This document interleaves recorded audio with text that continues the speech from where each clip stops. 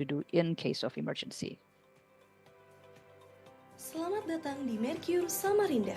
Terima kasih telah mempercayakan Mercure Samarinda Welcome to sebagai Mercure tempat Samarinda. pelaksanaan Thank you kegiatan for Anda. entrusting us Kami for senang your menyambut event. Anda di We tempat are ini. delighted to welcome you Demi at kenyamanan dan Mercure keselamatan Samarinda. Anda, For kami your akan safety menyampaikan and informasi convenience, prosedur we are going keselamatan to inform you apabila about our terjadi safety situasi procedure darurat. in case of Anda emergency. berada di Mercure Samarinda, You are right Jalan now Mula at Warman Mercure nomor Samarinda, 171. addressed at Mula Gedung Warman ini number terdiri dari 16 171 lantai dan Street. kini Anda berada This di building lantai is 3. 17 stories. You are Gedung now ini at memiliki third dua floor, akses tangga and we darurat have two yang emergency terletak di stair bagian access depan located in the front of the dan building bagian belakang gedung.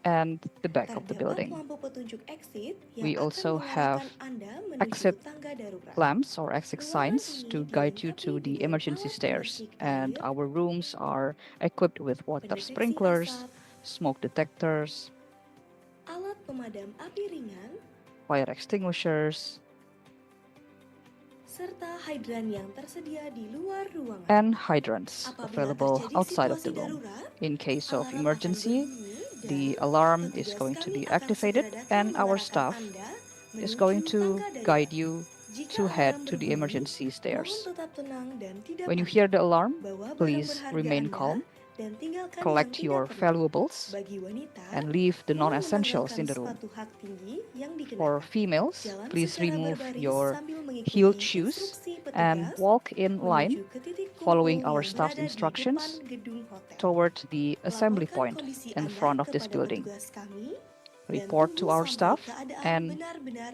wait dinyatakan aman. until our staff Demikian declares that prosedur the situation keselamatan is safe Mercure for you. Samarinda. That is the Kami safety ucapkan procedure terima at kasih atas Mercure Samarinda. perhatiannya Thank you so dan much semoga for your kegiatan Anda attention, hari ini and diberikan kelancaran. may you have a productive day.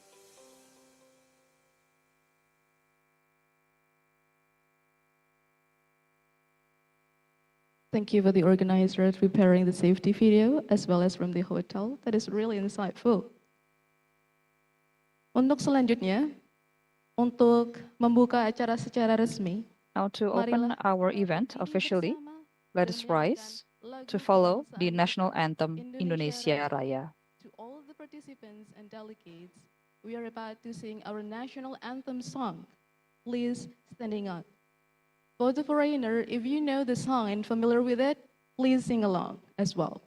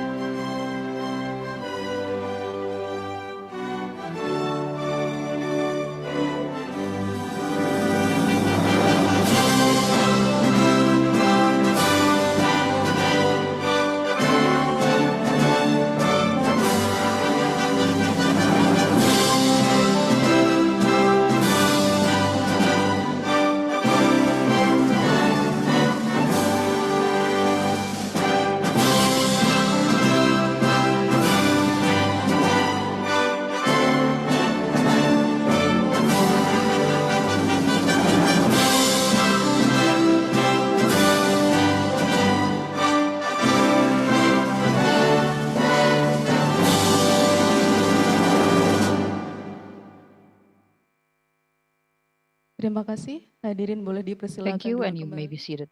Please have a seat again. Hadirin sekalian, pada sore hari ini yang Ladies and cerah, gentlemen, Bapak Ibu this yang afternoon, sangat cantik dan ganteng, and my distinguished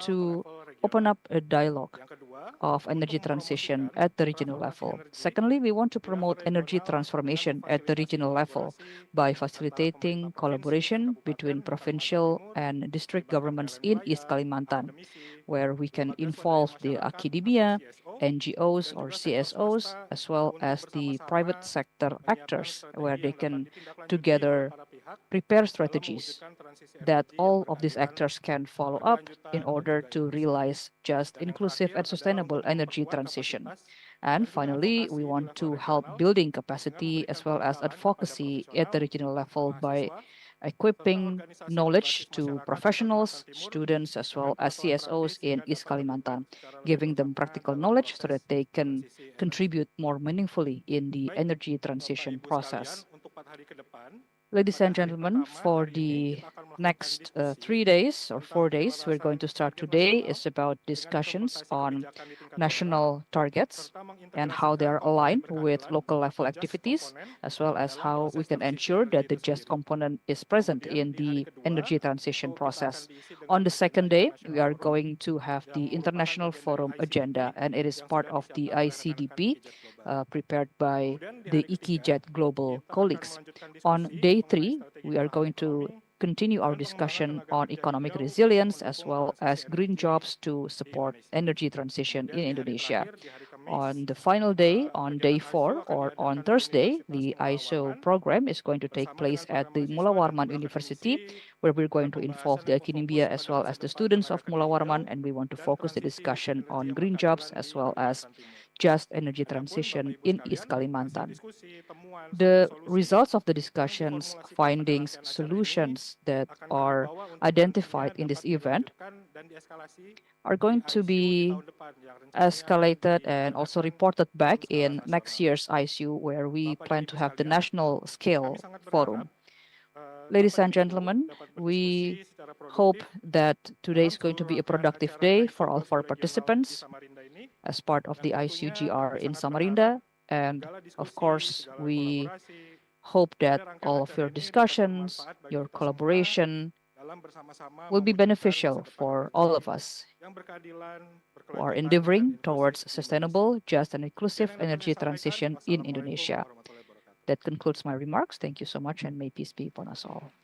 Please give a round of applause. Thank you so much, Bapak Ardian, atas speech-nya yang so remarkable and insightful, explaining about the ISU and ISUGR specifically. Untuk sambutan yang selanjutnya The akan next disampaikan remarks oleh Bapak will be Abdul delivered by Mr. Sadat Abdul Idris Malik Sadat Idris, dari Deputi Bidang Infrastruktur Deputy of Kementerian Infrastructure PPN from the Bappenas. Ministry Mohon of untuk National Development atas Planning, panggung, Bapak. Bappenas. Ya. The floor is yours.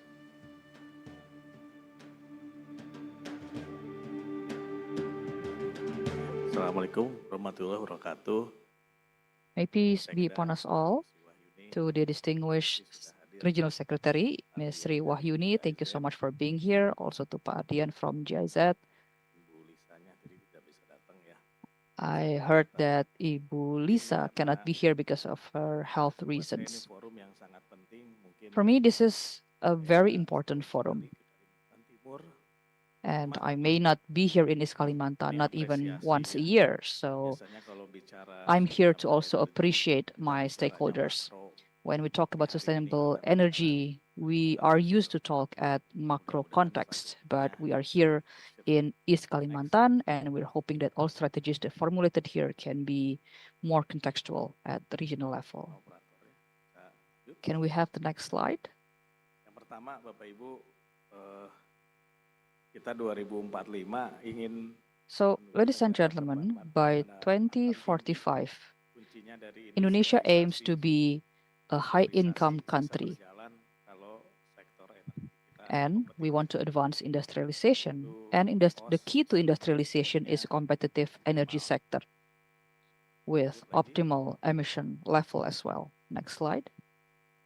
Di RPJP In the long-term National Development Plan, ini agak lambat ya operatornya.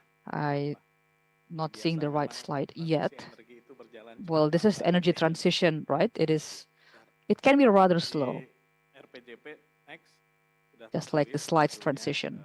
The long-term National Development Plan has specified several stages of energy transition, but for East Kalimantan, they are experienced with different types of energy use from coal and then oil and gas.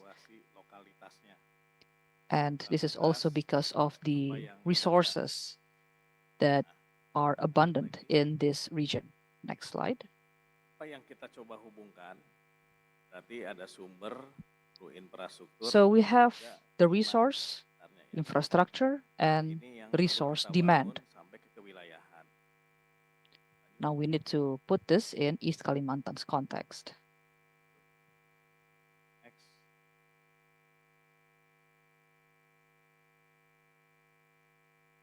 Sekarang kita mulai dari demand-nya dulu. Kalimantan I'm going to start with demand. adalah beranda depan East Kalimantan is also set as the terrace or the new source and hub for renewables, including industries of renewables. And we need to support the development of East Kalimantan because energy transition cannot be realized by having just a good supply side. Because on the supply side, Kalimantan is exceptional. East Kalimantan has abundant of resources. Non-VRE, for example, amounts to around 500 megawatts. And perhaps this is one of the largest in Indonesia. However, there's always the chicken and egg situation between power supply and demand. Next slide.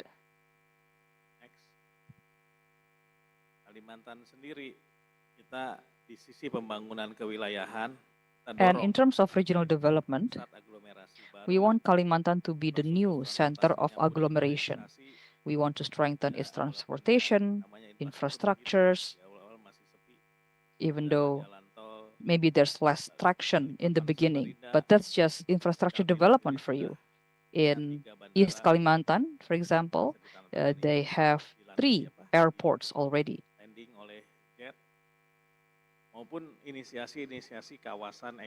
And there are also other initiatives of economic zones in East Kalimantan, for example, in Puntang. Now, the question is whether East Kalimantan can grow like South Sumatra, Riau, or Dumai that have started to promote more processing or downstreaming industries, and that is also to increase energy demand. And perhaps Kalimantan can also move towards East Java with their strong energy sector that will stimulate power demand as well. And Kalimantan is also close to mining centers or mining sites with a large volume of primary energy resource. However, this is the reality today, ladies and gentlemen. And perhaps this is a situation where an area or a region is rich with its resources and even without processing industry, they are wealthy already with natural resources. And this is not to mention other types of industry sectors. But we know that the mining sector has its peak time before it declines. Some people feel that we still have a long way to go in exploiting or in making profits from natural resources. But we need to start thinking beyond primary energies.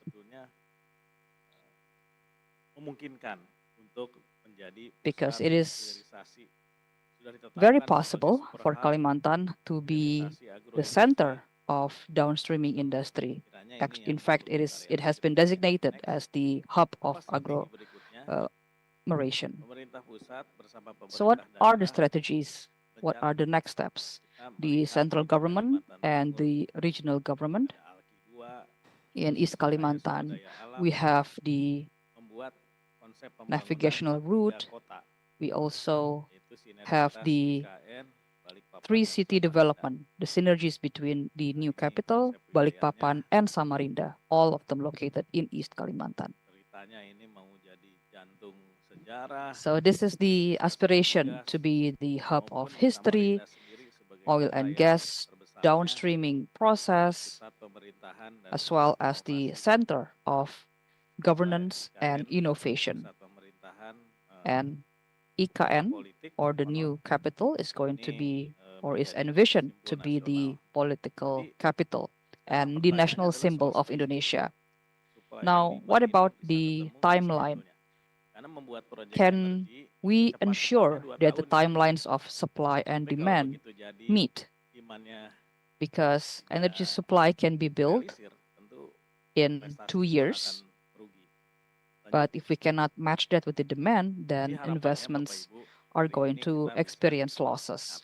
So today, ladies and gentlemen, we're hoping to contribute concrete ideas for East Kalimantan so that we can solve this chicken and egg question or conundrum, because we need to champion the situation.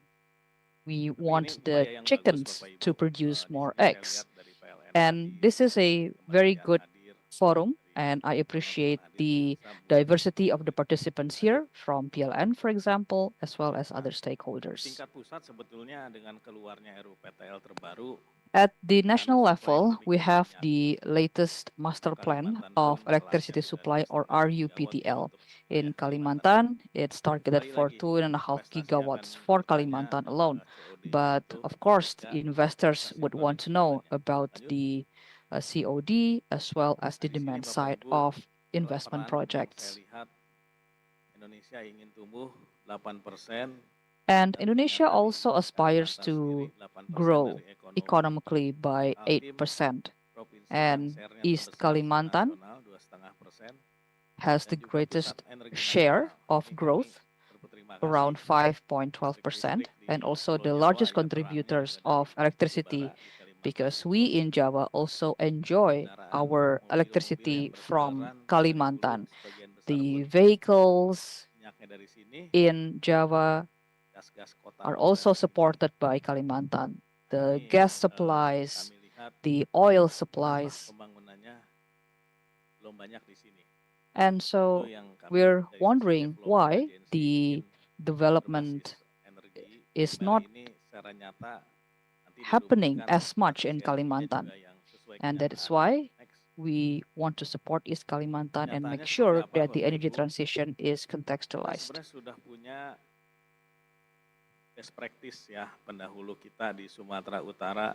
We also have the best practice that we can learn from North Sumatra, where we developed an integrated power generation project integrated with the smelting facility as well as the port facility. That is with the Sigura-Gura dam and the development in Kuala Tanjung from 78 to 82. And this has been the most efficient site to process metals, for example, and aluminums. In Kalimantan, we should also be able to do the same. And East Kalimantan specifically is rich with coal. In North Kalimantan is rich with hydropower. So when we can connect these regions, we can have the base load accommodating variables or new renewables. In terms of renewables, the largest potential is hydro of 13 gigawatt. And this potential is being vied by many project developers. I remember we used technology from China, of remote sensing technology, to understand this potential. and we recognize the need to develop an integrated power generation project in North Kalimantan, has started this to connect to Tanah Kuning, for example. But if you can go to the next slide, Jika PR jaringan Kalimantan Grid ini selesai, it will be even better if we can complete the Kalimantan grid. Once it is completed and East Kalimantan and North Kalimantan are interconnected, then these regions are going to have excellent energy mix in the grids. This is the vision for the future. Perhaps currently we're still too busy with coal, but going forward, perhaps in the next 10 years, East Kaltim, East Kalimantan may be having so many offers of developers who want to build renewables plants, and perhaps they can sell electricity to Java, it seems, suggested by the map. But there seems to be some interest from our neighboring countries to purchase electricity from Indonesia. So these are some of the potentials that we need to leverage by strengthening the synergy between power generation, transmission, with IPPs as well. So to the regional secretary, madam, if you have transmission and transition projects, perhaps you can pay more attention to those to ensure that East Kalimantan have strong electricity backbone and to ensure that energy transition can continue. So to close, ladies and gentlemen, today is a rare opportunity for us all here. We have our donor from Germany, and we know that Germany has been successful in their energy transition as well as Europe in general. They have the experience for that. We also have representatives from PLN as well as the Ministry of Energy, as well as team from Bappenas and friends from the regional government and academia. We may be used to sit in our separate places despite all of our master plans, but we still need to be able to sit together, and hopefully the next 3 days would be the good opportunity for us to support energy transition in East Kalimantan. And perhaps we can still provide some room for coal and also to make room for hydropower in northern part of Kalimantan, or maybe we can also install solar panels in mine sites, and we need to tap into this rich resources to ensure that East Kalimantan can be competitive. Thank you and have a productive dialogue. Please give a really big applause. Thank you so much for the remarkable speeches as well as doing a little presentation at front. Terima kasih sekali lagi kepada Bapak Abdul. So thank you once again to Pak Abdul Malisa Idris from the Deputy for Infrastructure from the Ministry of National Development Planning, or Bappenas. And next we will be hearing from a special beautiful lady. So let's give a hearty round of applause for Ibu Sri Wahyuni as the Regional Secretary for East Kalimantan Province. The time and place is yours, madam. We invite you to the stage. So she is representing the governor, as unfortunately the governor is unable to attend, and Ibu Sri is replacing him.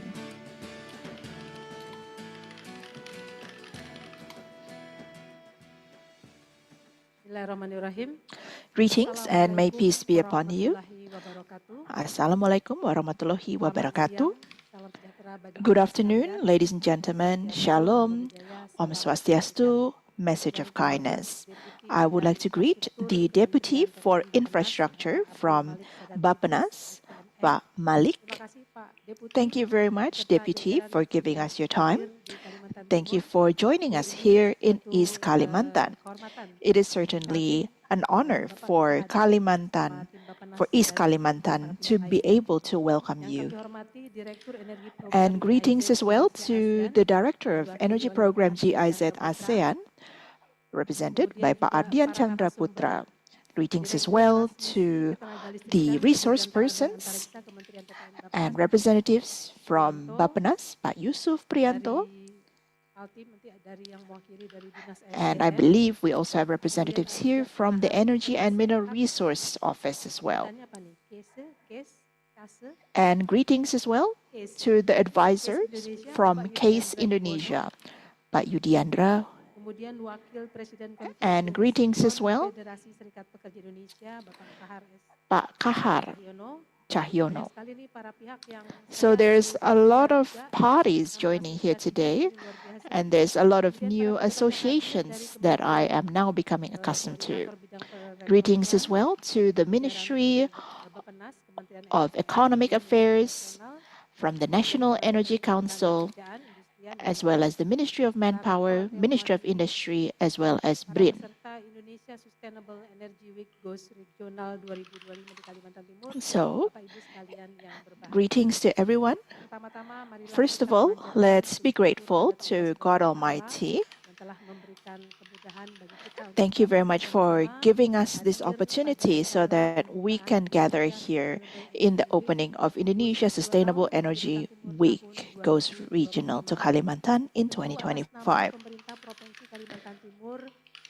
So on behalf of the East Kalimantan government, please allow us to extend our appreciation to all of you, especially Bappenas and GIZ. Thank you very much for giving the trust to East Kalimantan to become the host of this amazing forum. For East Kalimantan, the paradigm of energy transformation and economic transformation has been something that we have been working on for quite a while, and we have also prepared the relevant documentations for this as well.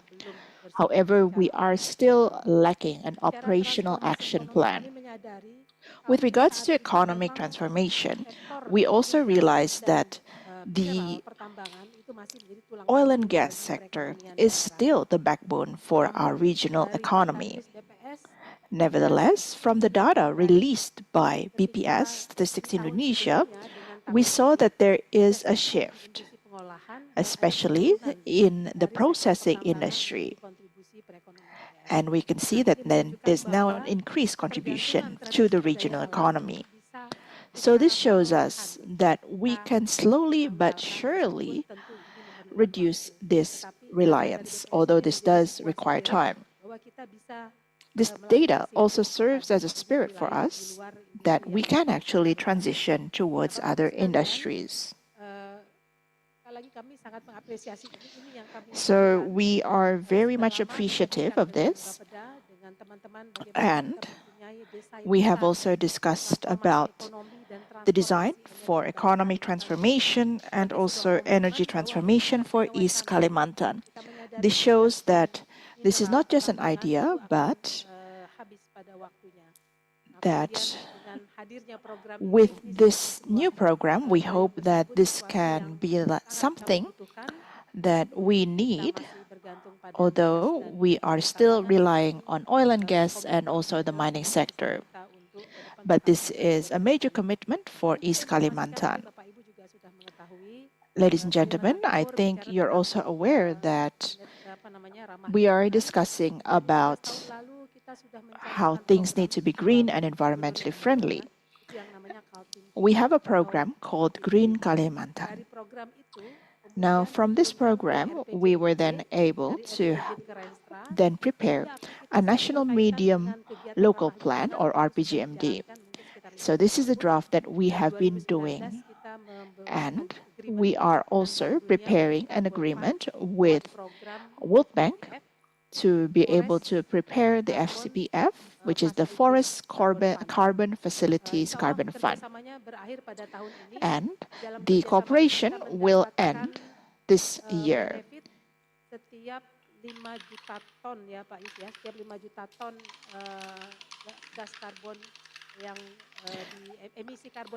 And this is also the carbon emissions being quantified as well in the amount of approximately 5 million rupiah. So this basically amounts to $5 million US dollars. And of course, we hope that the documents needed can be well finalized as well. And this shows that we are also very much in our commitment to ensure that we can safeguard the environment. And we also hope to be able to encourage the private sector as well. And we hope to be able to support carbon trading in East Kalimantan. So in this case, we have had a lot of parties that are interested to take part in the transaction. We have some from Amazon, from European Union, and we hope that renewable energy can then produce economic benefits as well. Now, with regards to the industrial demand, the deputy has also mentioned that in Maloy, in Bluminung, as well as in Karyangau, maybe the acceleration is not yet sufficient, so we also have a Mahakam Investment Forum. We have 83 one-on-one meetings for the 12 project owners in Karyangau in Bontang, as well as in Buluminung in Kekmaloy. So we are currently waiting what the next steps will be in terms of the letter of intent shared by the investors for the various downstreaming project as well. And this is for both Maloy and Karyangau. What's interesting is from the 83 meetings, there is a total of 15 investors showing their interests as well with regards to waste management.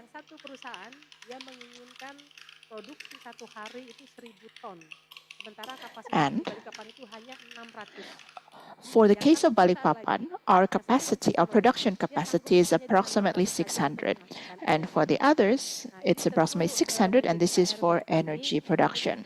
So this is certainly a homework for us, and we hope to be able to gather Samarinda, Balikpapan, and Kutai Kartanegara so that we can strengthen the investments and hopefully we can improve waste management so that all parties can be working together, and hopefully by doing so we can be more integrated and we do not need to work alone. Now, in terms of the downstreaming itself,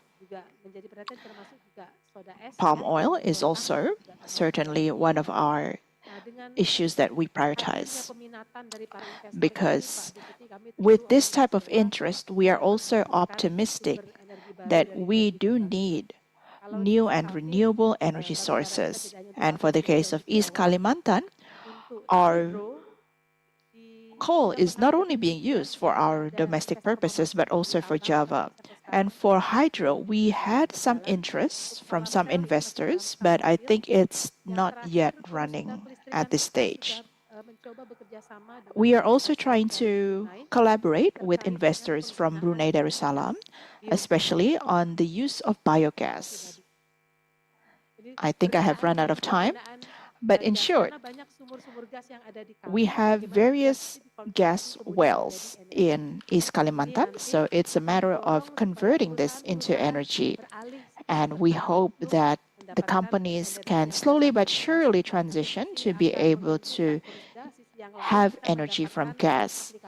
And we hope to be able to apply this for new and renewable energy utilization. We also have another local company, Mandiri Pratama, that is working in the oil and gas sector, both the upstream and the downstream side. So during the bidding, the director also mentioned that on the one hand, they would like to manage the gas for energy.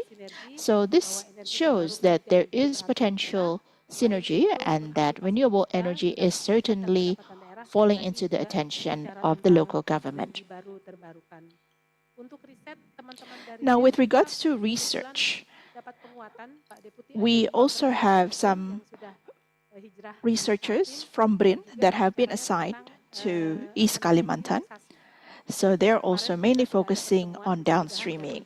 So we have met with them And hopefully from the various research done, we can also strengthen the industrial sector, namely to determine what needs to be done so that we can strengthen this transition of renewable energy in East Kalimantan.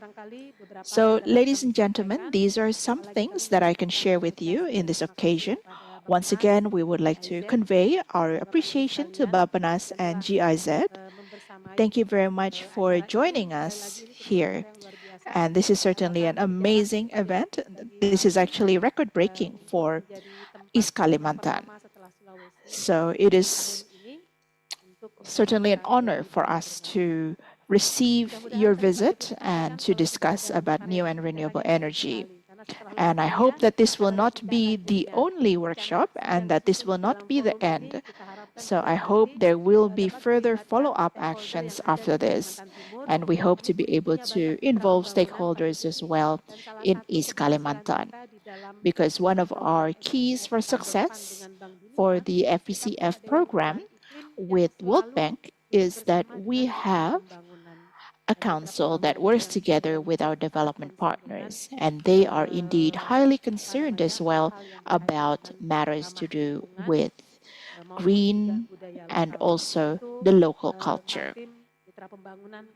So East Kalimantan is ready to synergize together with the development partners to implement recommendations that needs to be followed up by our local government, either in the form of policies or collaboration with the universities and other stakeholders in East Kalimantan.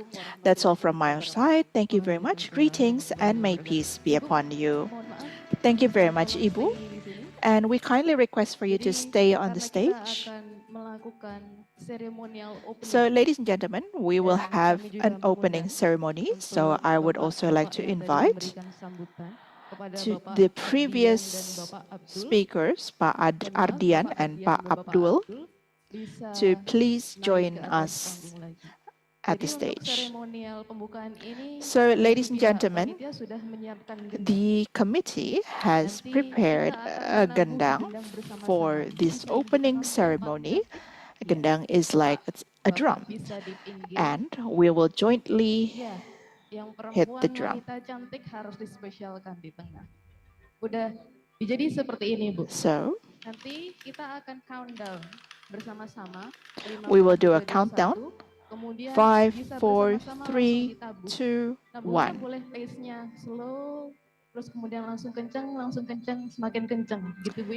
So we will be hitting the drum with the rhythm. We have our ceremonial opening using our traditional music instrument called gendang. What makes this gendang special is because it's fully being decorated with our traditional batik pattern from East Kalimantan. So we'll do the countdown from 5 to 1. After I go to 1, the ladies and gentlemen over here will do the gendang rolling. Okay, you got it? Bapak Ibu, siap semuanya? You ready, everyone? I didn't hear any voice. Are you ready to open this event today?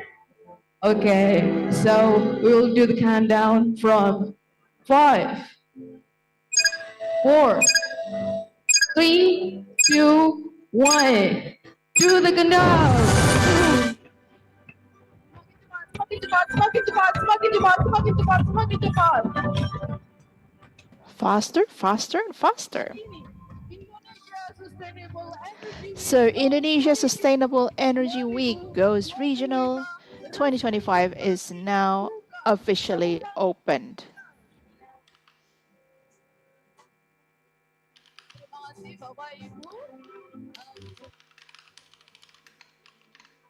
Thank you very much, ladies and gentlemen.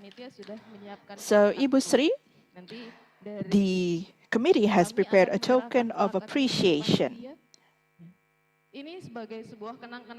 So this is a souvenir. Thank you very much for facilitating this event. Thank you for giving us a warm welcome and for giving us support for this forum. And for Pak Abdul, please feel free to hand over the token of appreciation.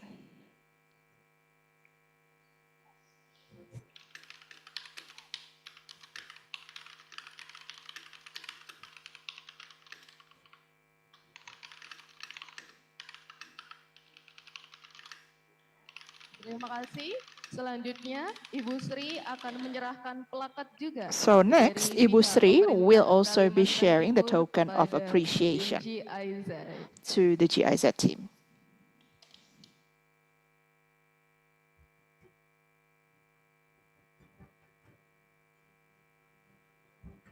Terima kasih, Bu. Apakah ada satu lagi plakatnya untuk Pak Ardian? Do we Ada have another satu lagi, token Bu, of dari Pak appreciation Ardian. Yes. for Pak Adrian? Berikut Pak Ardian Pak Ardian. dari pemerintah Kalimantan Timur. So this is the token of appreciation from the East Kalimantan government.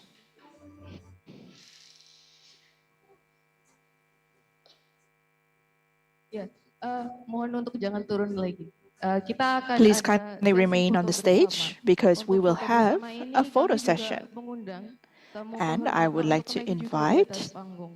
Kepada Bapak Tugu Pardede, Pak kami Tugu mohon Pardede untuk to bergabung come ke atas to the panggung. stage.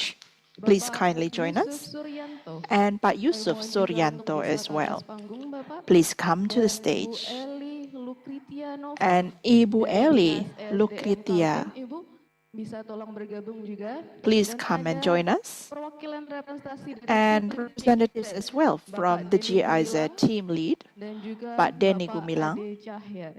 and Bisa Pak Ade bergabung Cahyat. bersama Please ke atas, kindly Bapak, join untuk us bisa here on the sesi foto stage bersama. for the photo session.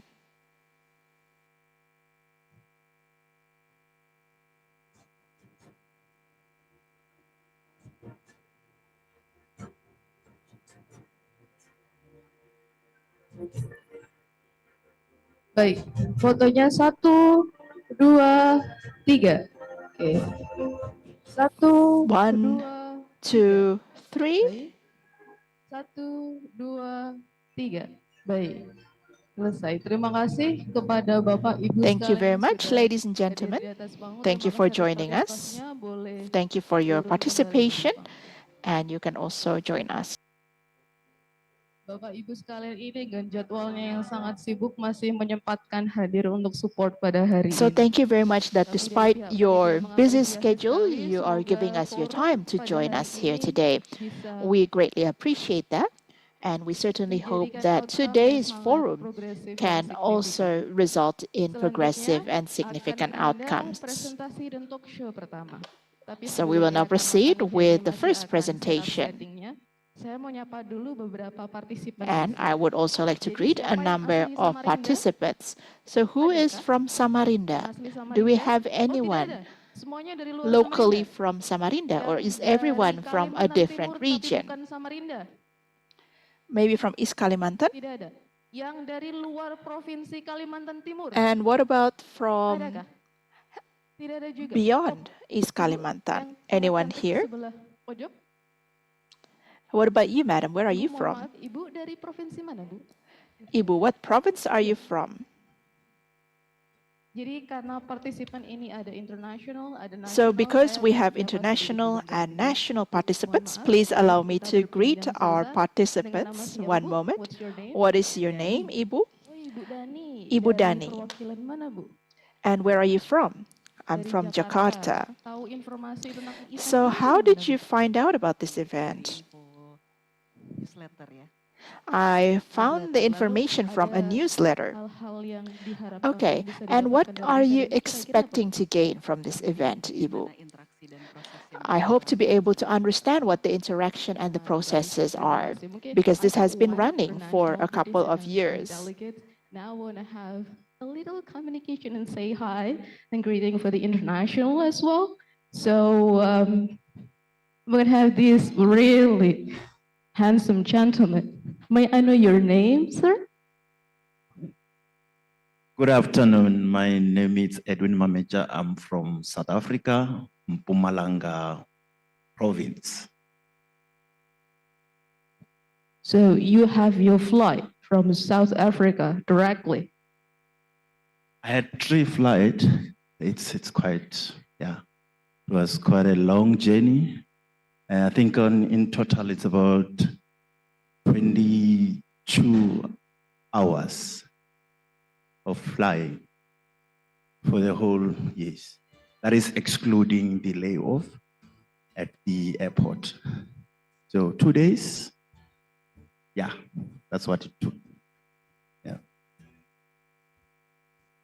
No, I think here to learn, and I already had a lot of work that has been done in other countries.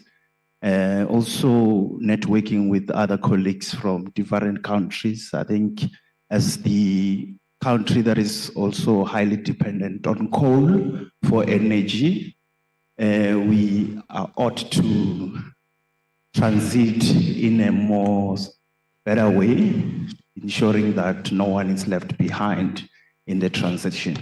So I'm here to learn, exchange knowledge, and I do believe that we are going to draw from some lessons so that we are able to replicate some programs that are going to assist us going forward. Thank you. Thank you so much, Mr. Awe. That was really a remarkable and tiring journey for flight 24 hours at the air. That is amazing. Welcome to Indonesia. Jadi, karena sepertinya dari pihak panitia sudah selesai untuk sharing setup-nya, kita langsung masuk aja kepada acara yang pertama, yaitu presentasi dan talk show. Okay, we will now proceed with the first presentation and talk show. Presentasi dan talk show ini mengambil tema mengelola perencanaan energi. So we will be discussing about managing energy transition at the national and local level. So I will be introducing our moderator, Pak Ardian Chandra Putra. He is the team lead for the Energy U project at GIZ ASEAN. The time and place is yours. Tepuk tangan untuk kepada Bapak Ardian Chandra Putra. Round of applause for Pak Ardian Chandra Putra, who is going to be joining us at the stage. The time is yours, sir.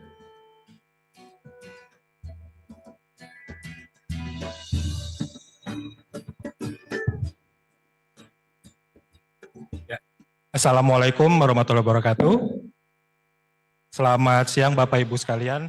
Thank you very much. Good afternoon, ladies and gentlemen. Hopefully you are not bored of seeing me once again. I don't think I need to introduce myself again. So in this session, I am going to be your moderator, and I will be assisting and facilitating our first session here today. So before I start this session, please allow me to give some introductory remarks. So we have heard from the deputy and from Ibu Sri Wahyuni as well.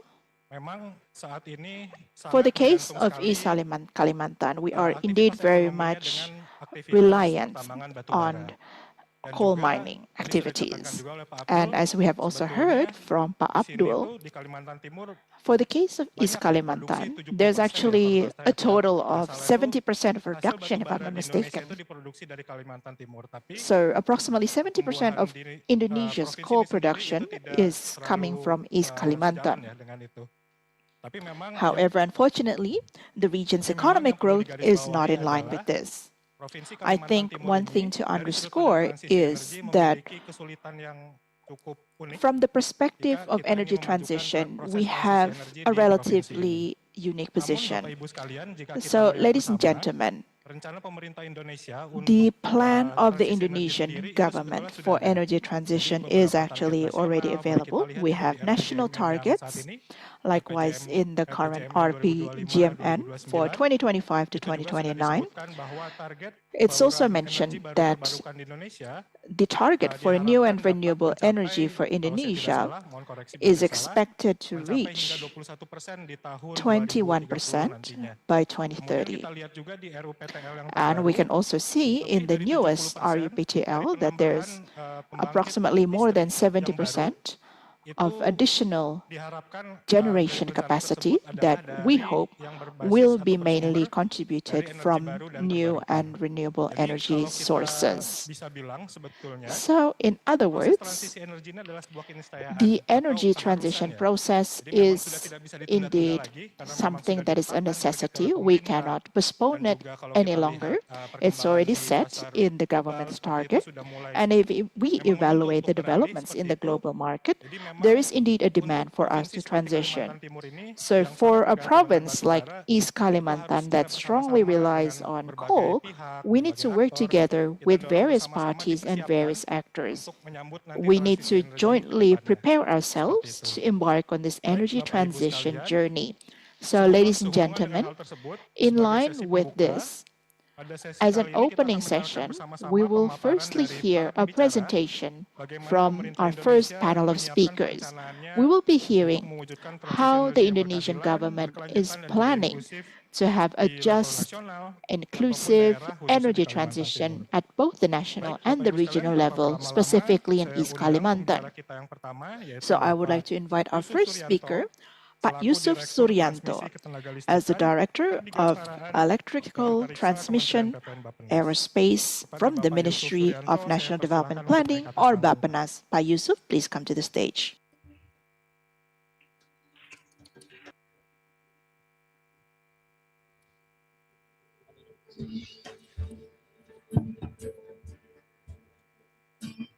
Bapak, silakan.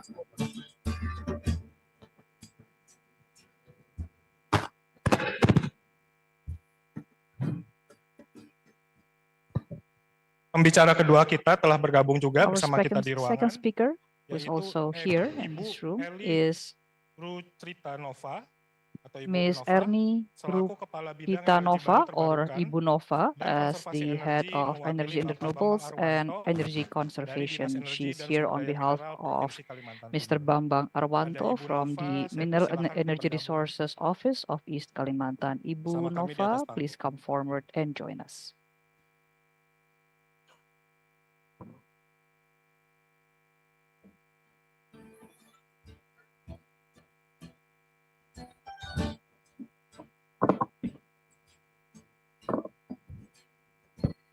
Ya, kemudian pembicara kita yang ketiga juga telah bergabung Our bersama third kita di speaker ruangan, yaitu Bapak Dani Galih Pamungkas is selaku Manajer Mr. Perencanaan Dani Sistem Galih Kelistrikan Pamungkas as the PLN Unit Manager Induk of Penyaluran Electricity dan Planning Pusat Pengatur from Beban atau PLN UIP 3B Kalimantan. Unit Kepada of Bapak East Dani saya Kalimantan. persilakan. Pak Dani, please come forward.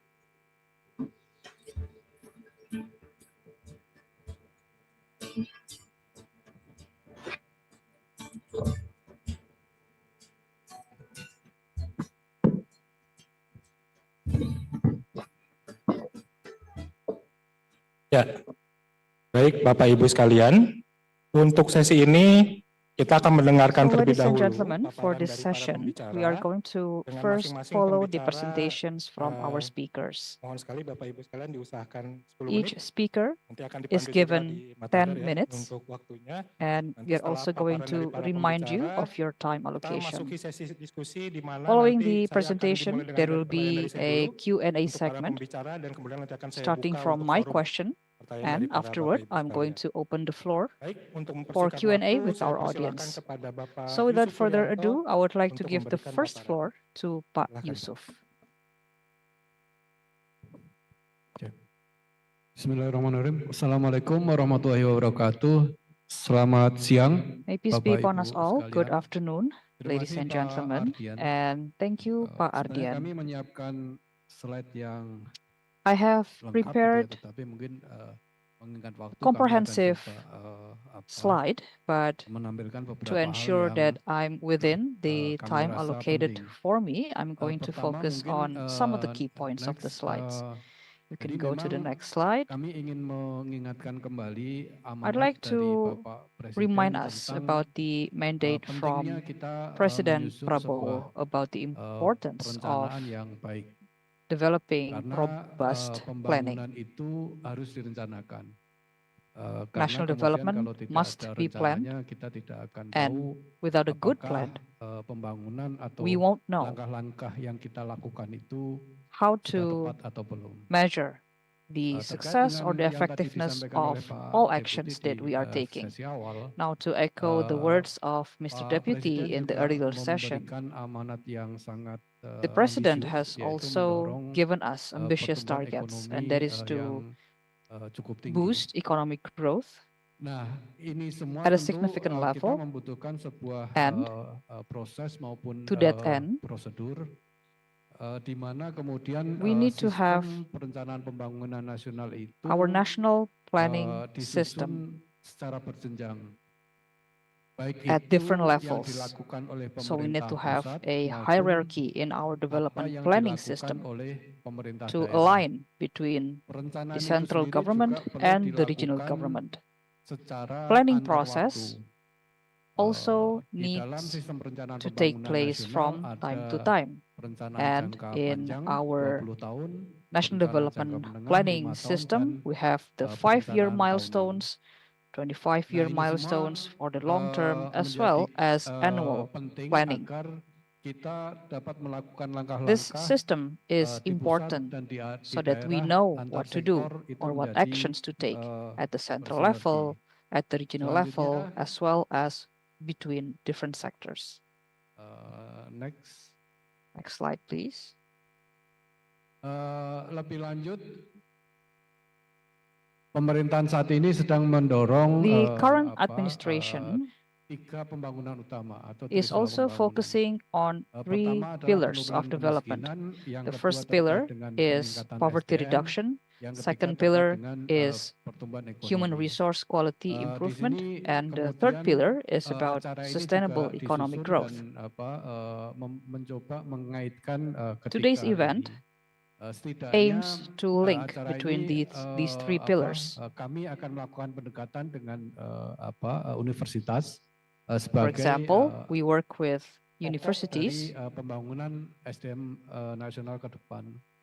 which is Selain playing an itu important part juga kita in coba improving Indonesia's mendorong human resource percepatan quality. pertumbuhan ekonomi We are yang also berkelanjutan. accelerating Sehingga sustainable kemudian economic growth in partisipasi Indonesia. dari semua pihak ini menjadi penting. And therefore, the participation Selanjutnya, of all stakeholders is crucial.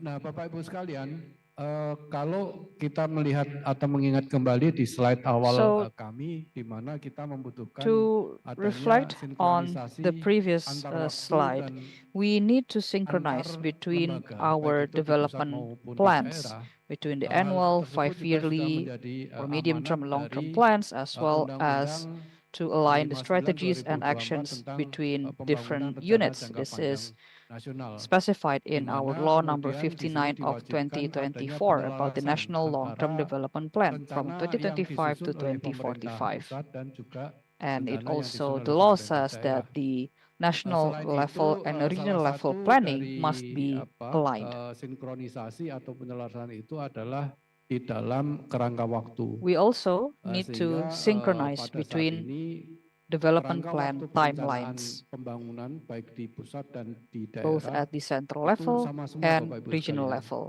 Jadi They are periode currently aligned. 2025-2029 So 2025 to periodisasinya 2029, ini sudah sama.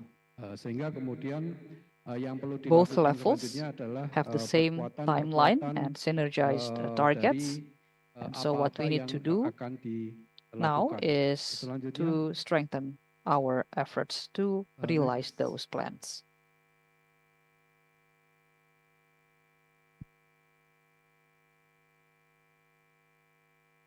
Nah, apa yang harus dilakukan? Salah satunya adalah So actions to take kami mendorong to implement tadi our juga sudah development disinggung oleh Bapak Deputi plans, adalah kekhasan and dari as mentioned by the masing-masing deputy, wilayah atau is to make regional. sure that we also Setiap take into regional account memiliki the uniqueness karakteristik sendiri dan tentunya of each setiap region, regional because itu they're all different, they have their own perlu characteristics, dikembangkan secara berkesinambungan and sesuai dengan karakteristiknya. we want them to Misalnya grow untuk without Kalimantan neglecting ini their local characteristics harapannya and adalah strengths.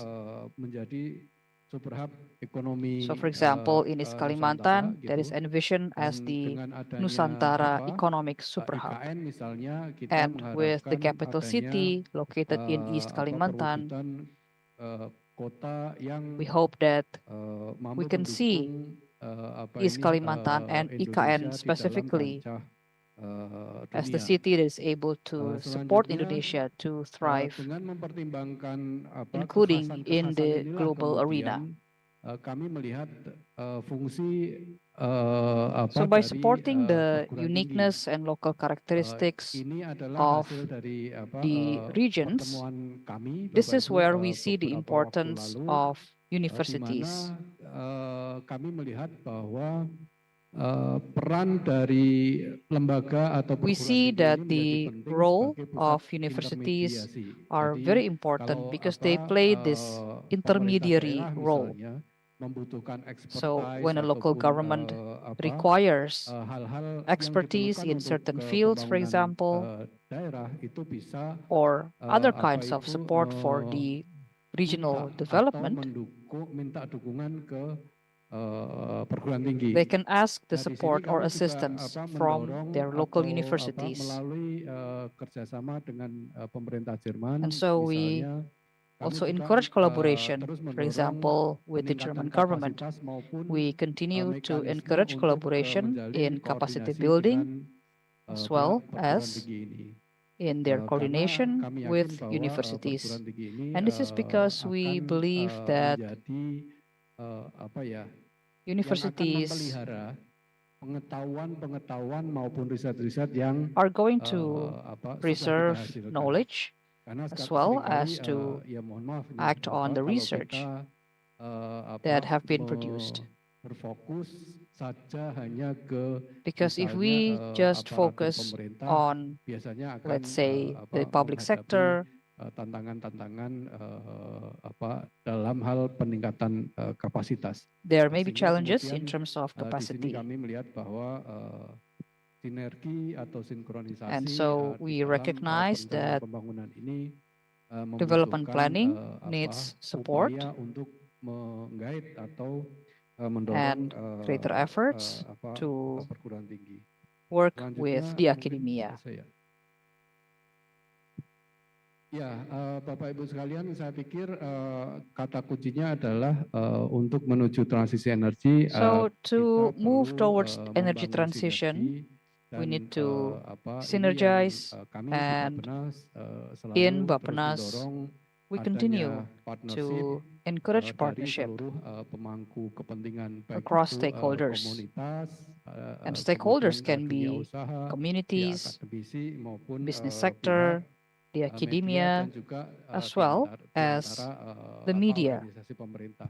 Seperti yang kami sampaikan, and ada with mekanisme, government organizations as well. penyelarasan, We do have the antar mechanism pemerintah pusat dan to daerah, dan align juga, targets ada and strategies penyelarasan between di, central and antar regional waktu. governments, as Demikian, well as to align those Ardian, targets mohon maaf between kalau, different waktunya, development timelines.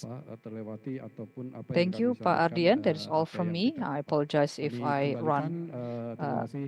Wassalamualaikum over time. warahmatullahi Thank you, wabarakatuh. and may peace be upon us all. Waalaikumsalam warahmatullahi wabarakatuh. Terima kasih banyak Pak Yusuf. Mungkin Thank you so tepuk much, tangannya dulu, Bapak Pak Ibu. Yusuf. Can we Pak hear Yusuf. a round of applause for Ya. Pak Yusuf, please? Betul, mungkin ada sisa waktu Pak Yusuf, tapi nggak Pak apa-apa, Yusuf, Pak. you actually have Mungkin izin untuk some saya time rangkum left, sedikit but ya that's tadi okay. paparan dari Pak If Yusuf. I may Jadi sebetulnya summarize kalau your dari Bappenas, statements there, khususnya di sini dari you're saying TKKH, that Bappenas, betul dari Bappenas especially sendiri sudah ada your ya mekanisme department, untuk menjamin sinergi dari has the perencanaan dari mechanism nasional, ke level to nasional, ke ensure level daerah. that Tadi development planning disebutkan ada processes at RPJP central untuk jangka panjangnya, and regional levels kemudian ke can be RPJMN, fully kemudian synergized. ke You also mentioned RPJMD the seperti different itu. periods of planning Kemudian juga from sebetulnya sudah annual, diwajibkan juga ya medium Pak ya term, that's the untuk 5-yearly, adanya and penyelarasan long term, sinkronisasi the tersebut 25-year dari development perencanaan plan. nasional dan juga You daerah. also mentioned Kemudian the tadi importance of kalau boleh saya synchronizing garis bawahi juga these menarik tadi development Pak Yusuf processes. menyebutkan It's also jadi interesting, universitas Pak ini Yusuf, memiliki to peran hear kunci ya your Pak ya comment about universities and how they hold the key to encourage collaboration with the public sector, where government is conducting development or the planning part, but the academics and universities, they can support you by providing research-backed solutions. You can work with, for example, Mula Warman University with their expertise in regional issues. And so the solutions may be even more appropriate for the region. And Pak Yusuf, you also mentioned about Indonesia's ambition towards net zero emission. It's going to require a long journey and also the involvement of all stakeholders. So without further ado, I would like to move to our second speaker, Ibu Nova. The time is yours. Thank you and Assalamualaikum. May peace be upon us all. Good afternoon. Greetings, everyone.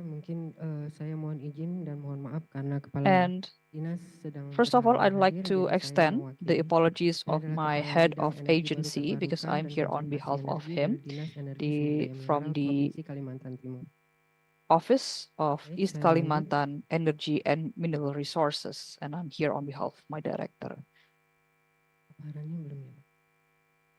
Can we have the slides, please? Dibantu mungkin untuk di-share? Ya, terima kasih.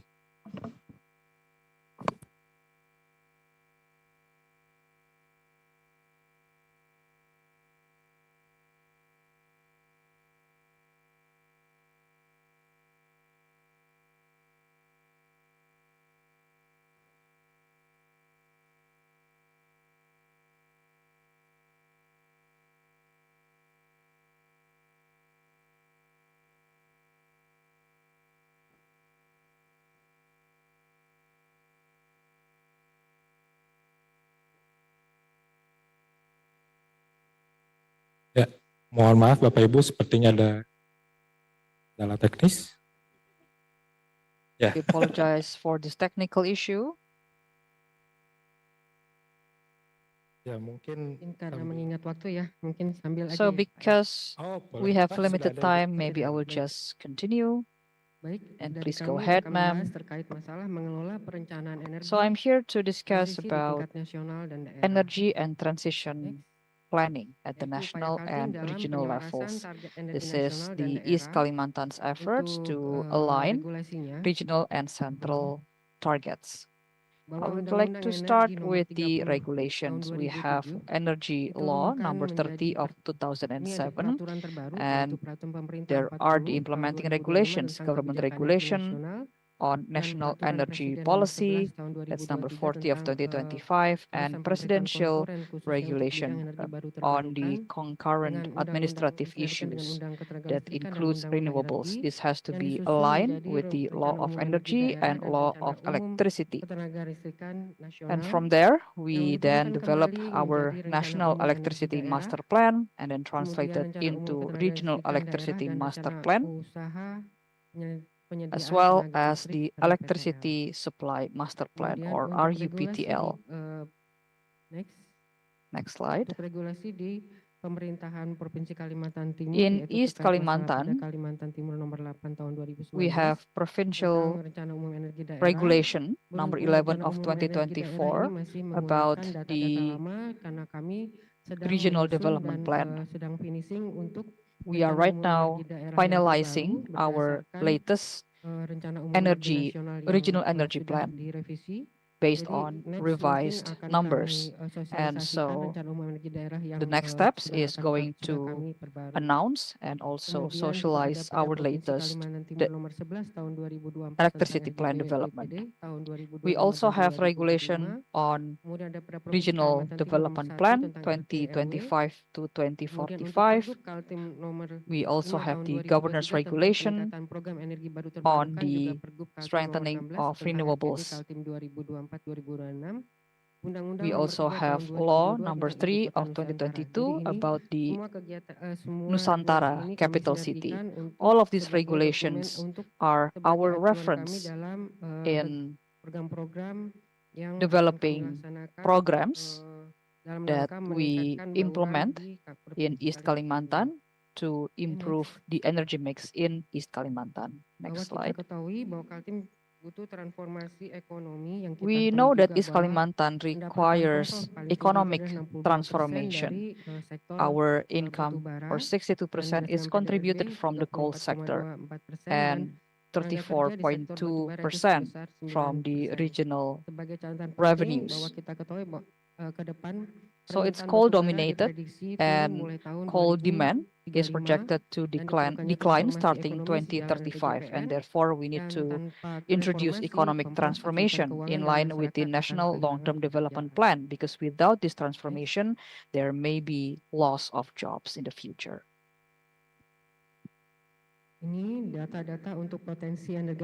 So these are the data of energy potentials in East Kalimantan. This is for the proven and projected reserves. For coal is 13.702.0 million tons, and for oil and gas, oil is 263.1 million barrels, and gas is 5,720.4 BSCP. For the potentials of renewables in East Kalimantan, solar has the largest potential of 108,000 megawatts, hydro 10,351 megawatts, bioenergy is 5,078 megawatts, and wind 212 megawatts, geothermal is 17 megawatts, and ocean is none currently. And this is because our data on ocean potential is still being studied, and that's why we haven't had any number for ocean potential. Untuk potensi energi terbarukan yaitu sawit, khususnya From sawit, palm oil, untuk di Kalimantan Timur diolah in East Kalimantan, we process palm oil from fresh fruit bunch. It's processed in the palm oil mills that generate CPO and PKO.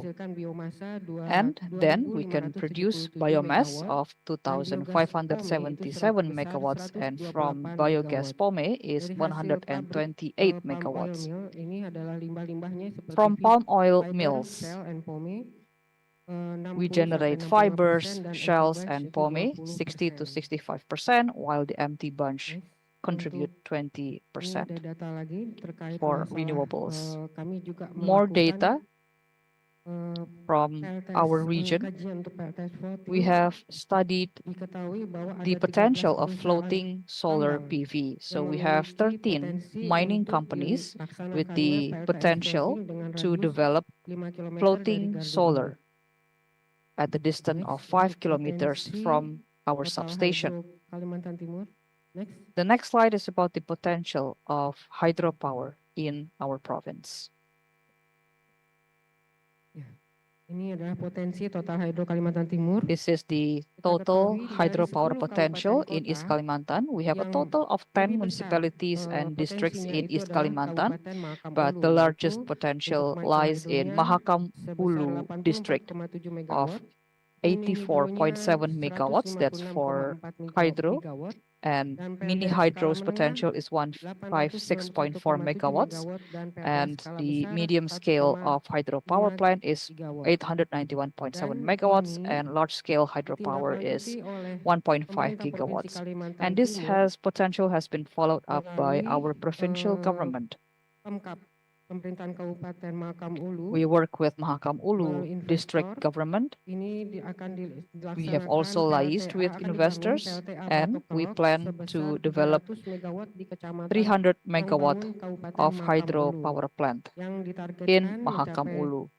And our target of COD is in 2030. The sale and purchase agreement has also been signed, for example, with PT Tujuan Mulia Makmur. And this is our renewables targets based on regional government regulations number 11 about our long-term development plan 2025 to 2045. Bauran energi terbarukan Pada tahun The 2024, energy mix ini in capaiannya 2024, 12,14%. Sedangkan untuk 12.14% is target yang harus kita renewables, capai adalah but the sebesar target in our development plan 39%. is to have Jadi untuk 79% of mengimplementasinya, energy kita mix harus contributed melakukan by renewables. pencampuran bahan So bakar nabati jenis to biodiesel ke dalam achieve this solar. target, we need Kemudian to ada introduce, for substitusi bahan baku example, industri pupuk dari biodiesel, gas bumi menjadi as well biogas. as Kemudian substitution to peningkatan pembangkit biogas, listrik energi and baru to terbarukan. increase the utilization of renewable-based power plants. Next, ini Next adalah slide. 3 skenario. This is the 3 scenarios of energy. Next.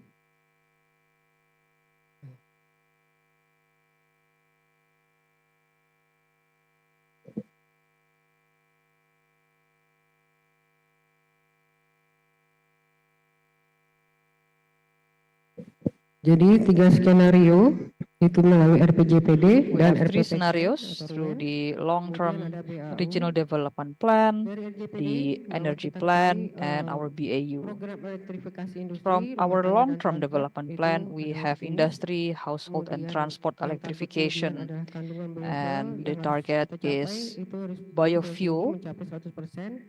Kemudian of kontribusi PDB industri manufaktur 100% 32% untuk tahun and also 2045 sesuai visi RJPDWD 32% tahun 2045. contribution Kemudian from the efisiensi energi manufacturing hingga sector, as 2060. well as efficiency Kemudian energy to bauran continue EBT to tahun 2060. 2045 sekitar And the renewable mix 79% by dan pertumbuhan ekonomi 2045 is sesuai to visi achieve RJPD around tahun 2045. 72% Sedangkan untuk Kenya according to our ini vision hampir sama karena sinergi by kandungan 2045. biofuel sedang.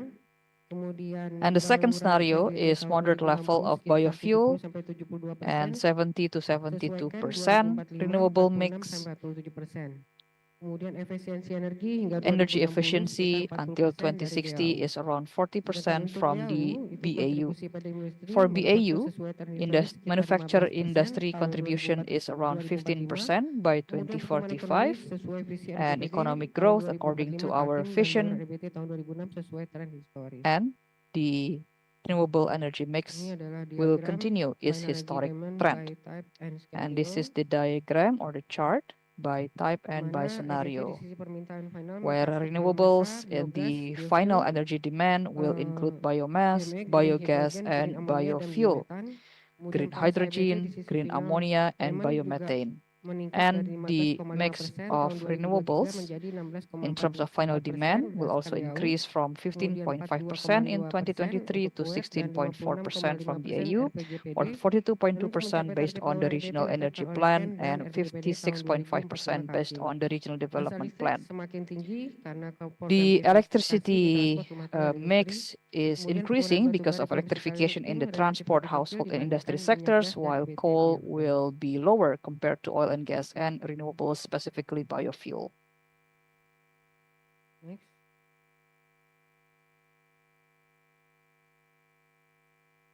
Ini diagram And proyeksi this bauran is energi the chart primer of our primary berdasarkan energy mix BAU, projection KRUET, dan RJPD. by Mana kita business as tahu untuk usual, KRUET itu by the 49% di long-term tahun 2045, development sedangkan plan, untuk RJPD, as well as RPJPD by itu the RUET or the 79%. regional energy Dan plan. untuk di tahun 2060 untuk In KRUET 2060, RUET is 72% dan 72% 2060 86%. and Lebih tinggi 86% dibandingkan or higher 2045. than the 2045 targets. Next.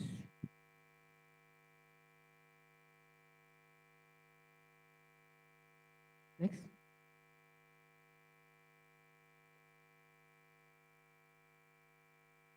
Rencana aksi per sektor, jadi ada These are the action sektor plans industri, by sektor sector rumah tangga, that sektor we have transportasi, dan sektor identified lainnya, into serta transport, sektor household, komersial dan sektor industri. and commercials, as well as industry Sektor- sectors. Next.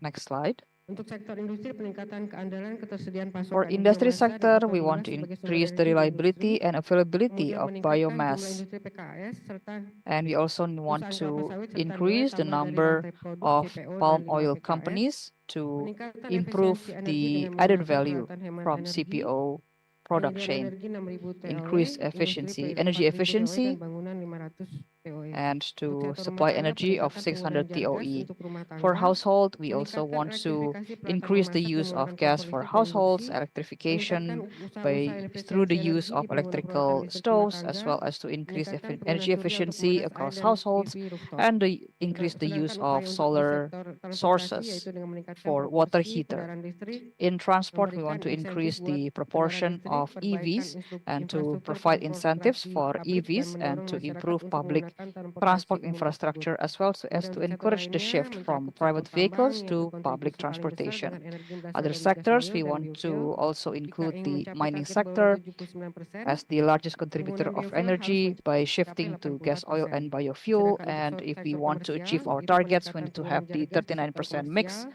by meningkatkan usaha 2045 of efisiensi biofuel. penggunaan energi In peralatan commercial listrik, sector, we need to kemudian improve meningkatkan penggunaan energy surya untuk pemanas efficiency air as dan well as peningkatan to PV rooftop. increase the Sedangkan utilization of untuk PV upaya rooftop di feedstock and for industri, the pemberitaan bahan solar-based baku water gas heater. diperkirakan mencapai For 5,61 industry juta feedstock, TOE di we tahun want the 2060. demand of Untuk gas mendukung is target to daerah achieve gas alam harus 5.21 diisi million of TOE substitusi by 45% 2060 dengan and to biometan. support the substitution of Ini 65% to rencana aksi biomethane. ketenaga listrikan So hingga these are 2034. our Next. action plans by sector, and Bahwa this is untuk the electricity pembangkit action fosil plan untuk until tahun 2023 itu 2034.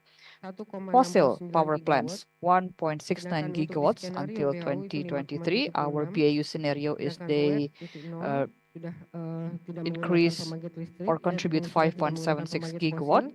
or 0 Begitu gigawatt juga dengan according to skenario RUET. RPJPD And we also 2060. have the Sedangkan scenario untuk for pembangkit long-term EBT development plan by 2023 2060. masih Renewables 0,23 in gigawatt. 2023 is Dan sedangkan 0.23 untuk skenario gigawatts, WHO and the 2,7 BAU gigawatt. scenario is Untuk 2.67 skenario RUET gigawatt. For the targetnya RUET scenario 13,11 is gigawatt dan 13.11 RPJPD gigawatt, and the 21,13 long-term development gigawatt. plan scenario Sedangkan is untuk to BESS achieve itu menggunakan 21.13 baterai gigawatt. itu For BESS 2023 or masih 0 battery, gigawatt. 0 Skenario gigawatt in WHO juga 0. 2023. Sedangkan untuk BAU skenario scenario RUET also sudah 0. 0,80 Meanwhile, gigawatt RUET dan scenario RPJPD has achieved 1,8 0.80 gigawatt. gigawatt and 1.28 gigawatt according to the long-term development plan scenario.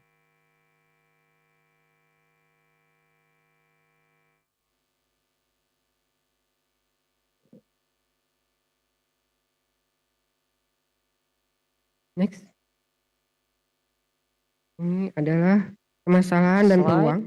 Permasalahan pengembangan EBT yaitu investasi besar yang membutuhkan kerjasama pemerintah dan swasta. We also need Perekonomian penggunaan to energi address dari some EBT masih challenges. belum For menarik bagi example, major konsumen. investments that Kemudian require cadangan sumber private energi dari and fosil masih public cukup besar dan collaborations. Also, the insentif economics of terhadap scale penggunaan of penghasil renewables. EBT belum We have teregulasi dengan major baik. reserves of energy Belum from tercipta fossil rantai pasok energy, supply and demand lack of EBT yang incentives, baik as di well daerah. as the Sedangkan untuk lack peluang of supply pengembangan EBT, chain and renewables pemanfaatan demand. lahan bekas The tambang opportunities support for atau renewables LPS, include the pengembangan model utilization bisnis of X biomasa, mine sites khususnya for kayu dan sawit floating sebagai supporting solar PLN, PV, kemudian development of pemanfaatan biogas dan biomass, bio-CNG yang lebih luas, utilization of kemudian biogas and pemanfaatan bio-CNG. FEM untuk There's also the biofuel, potential kemudian to pengembangan pembangkit hidro di utilize bagian the barat farming Kalimantan of Timur yang biofuel memiliki as potensi well as the cukup development besar. of hydropower plant in East Kalimantan or the western part of East Ini Kalimantan adalah salah satu specifically. juga upaya-upaya yang sudah kami laksanakan.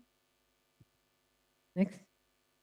And Seperti these are transformasi some ekonomi berbasis efforts, transisi for energi, example, economic yaitu transformation backed kegiatan-kegiatan by ekonomi energy prioritas transition, yang which guides our prioritaskan, yaitu identification minyak kelapa of sawit terkait masalah priority minyak kelapa actions, sawit, for udang example, windu, listrik dan focusing gas on EBT, CPO, oleo pangan, shrimps, oleo renewables kimia, electricity and bioaftur, gas, farmasi dan oleo herbal, food such as hidrogen cooking hijau, oil amonium and hijau, margarines, ekowisata, oleo panel surya, chemicals, kendaraan listrik, kakao, jet karet, dan fuel, produk tambang. biojet fuel, Kemudian pharmacy and kami juga herbs, green telah hydrogen, green melakukan ammonia, and pembentukan Forum ecotourism, Energi Daerah Kalimantan among Timur others. di We tahun have also 2024. established the East Kalimantan Energy Upaya Forum in berkelanjutan dengan 2024. pembangunan infrastruktur EBT oleh Pemprov Kaltim, We are also yaitu kami telah developing membangun renewable total infrastructures. 39 East PLTS Kalimantan terpusat di has Kabupaten developed Berau, 290 Kutai central Barat, Kutai solar Kertanegara, Kutai power Timur, plants in Makam Berau, Ulu, Kutai, Bontang, Kartanegara, Pasir Mahakam Utara, dan Ulu, Pasir. Kentang, Penajam Juga Pasar kami telah Utara, and membangun Pasir. biogas We have also developed berdasarkan tahun biogas facilities